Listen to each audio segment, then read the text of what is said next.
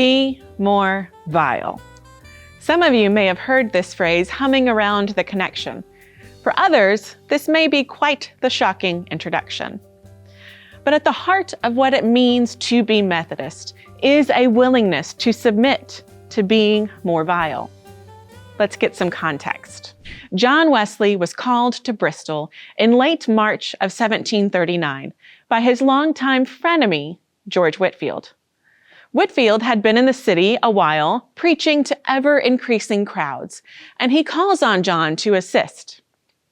John arrives on March 31st and was astounded to find Whitefield preaching to thousands in the fields. He wrote in his journal, "I scarcely could reconcile myself at first to this strange way of preaching in the fields." You see, up until this point, John had followed the preaching standards of his day.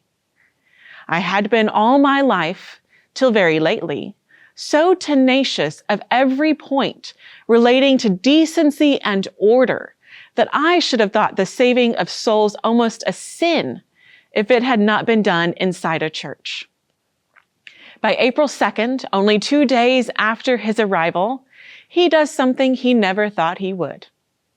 At 4 in the afternoon, I submitted to be more vile and proclaimed in the highways the glad tidings of salvation, speaking from a little eminence in a ground adjoining to the city to about 3,000 people.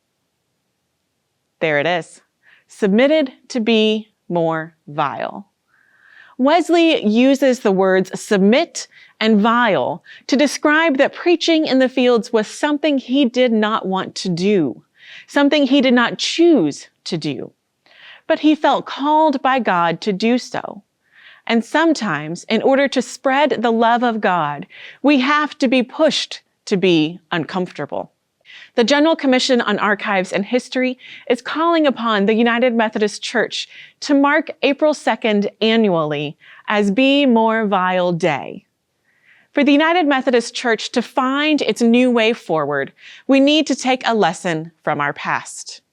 We encourage you to ask, in what ways have you all taken the love of God outside the walls of your church and into your community? In what ways are you all seeking to listen to the silence, center the outcast, and affirm the rejected? Educate yourselves on Methodist history and identity, and look at the myriad ways Methodists have continued the spirit of vitality. On April 2nd, let's all submit to be more vile and take the love of God out into this world in radically affirming ways.